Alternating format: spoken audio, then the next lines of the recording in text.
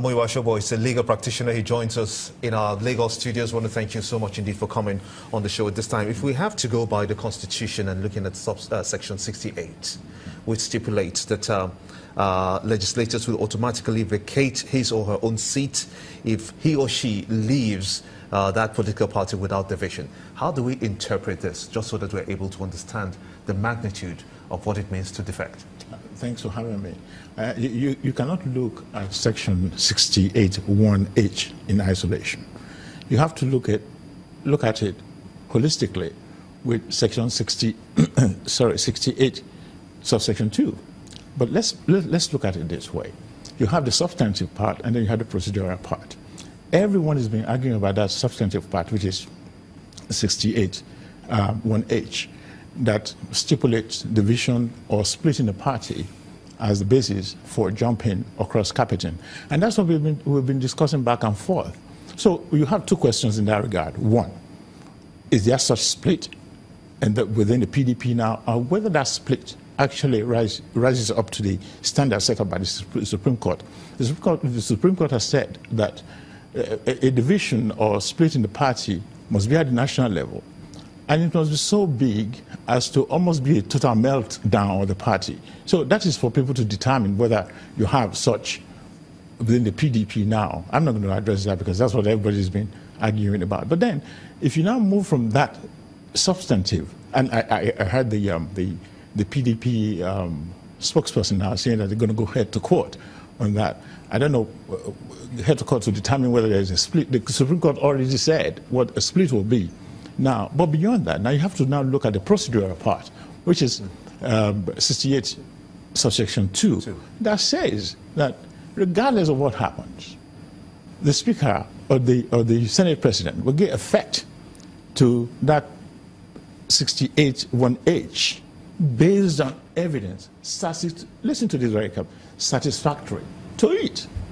So regardless of what you do out there, regardless of what the Supreme Court says, the House itself must make the determination whether that evidence is satisfactory. So Dogara is not wrong when he says that even if anyone defects, we have to table it on the floor and then make a vote on it. He's absolutely right. And so, you see, there's the red herring in this, because I think the constitutional provision actually creates a room for the ruling party to benefit from defection. Otherwise, how do you look at it? You think the majority and the House will vote against itself when it comes to this defection? No, it's not going to happen. So, but if you look at it, lawyers out there will argue that, well, if the Supreme Court rules that there is no defection, then the House cannot act on that subsection 2. But I will argue that that is not the case, because that subsection actually gives the power, sole authority, to the leadership of the House or to the House itself to make that determination. How soon do you think this clarification will be made? Because according to Honorable Agbonaima, he did say that he's the one in the eye of the storm now that has defected, and there'll be more defections to come from the PDP to possibly the APC or other parties for that case. Do you think that the PDP has gotten to that level where the accusations and counter-accusations and alleged talks here and there, that the party has propelled impunity beyond returning it back to its initial status? Do you think that will happen? Well, that's sort of a very political question, like they say, and I don't think I'm the best person to actually address that. The issue of whether PDP will go back to its original format, whether there's impunity within the party, enough for people to start defecting, it's a political question. It will depend on those actors who are within that ring of fight to determine whether that has a core for them enough to move. However, what they should be thinking, what they should have in their mind is, how will the law look at this? If you defect, the law is rather clear. There must be a total meltdown here, according to the Supreme Court. Now, the question is whether there's a total meltdown or not. But regardless of that, regardless of what happened in that area, that House, whether it be Senate or the House of Representatives, we still have to make a determination on affecting that vacancy or declaring that seat vacant based on whatever happens within the party. So now lawyers will argue and say, well, look, the Supreme Court, we call it political question. If you go and look at politics that is displayed, democracy under these checks and balances, you will see that that political question is actually an exemption to the issue of checks and balances. Anything that is political within the House, the court will not have such an oversight. So the Supreme Court will rule rightly and say this is the standard of split. It has to be a meltdown, but the House itself will make that determination whether that is enough, so even if satisfactory enough for it to determine to affect that the vacancy. So itself. even if the Supreme Court, let's just say the PDP approaches the Supreme Court now to clarify this issue between 1H and 2, you still say the House will have to decide whether to implement that Supreme Court decision? I'm not the one saying it. It's a constitution that says on evidence, you can read it, on evidence, satisfactory.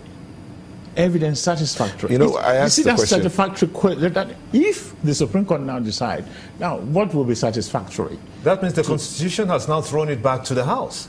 Absolutely. That's my whole point. So at the end of the day, it's the House or the Senate that determines it. Who interprets the Constitution? The Supreme Court, right? Yes. Okay. So if the Supreme Court says there has to be substantive or substantial evidence of a division at the national level to the point of meltdown, has said that, giving room going back to the Constitution now, for the leadership of the House to determine who goes and when they go, is that not opening it up for more defections to happen? Well, it may open it for any number of defections.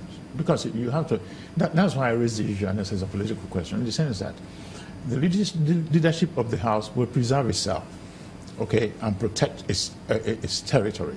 Why would the leadership just declare a seat vacant to its own disadvantage? It's not going to happen. So even if the Supreme Court say put a standard on what is now satisfactory, even then, let's go by the Constitution. It says that determination is within the House only because the law envisages that the Supreme Court is not in the best position to know the political atmosphere of that House and cannot affect it or determine it, because that's not his job. It's the job of the leadership or the people who are there to oversee and rule on themselves and protect whatever is at the political territory. Imagine a situation where if we don't have those guidelines, now for instance, the majority of or a substantial number of the members decide to now cross carpet, that means they can now kick out the Speaker or the Senate President. So it is within that the law envisages, it's not only here, it's everywhere, that okay, within this atmosphere, it is those people within those chambers that we know what is going on there enough for them to determine for the welfare of that assembly.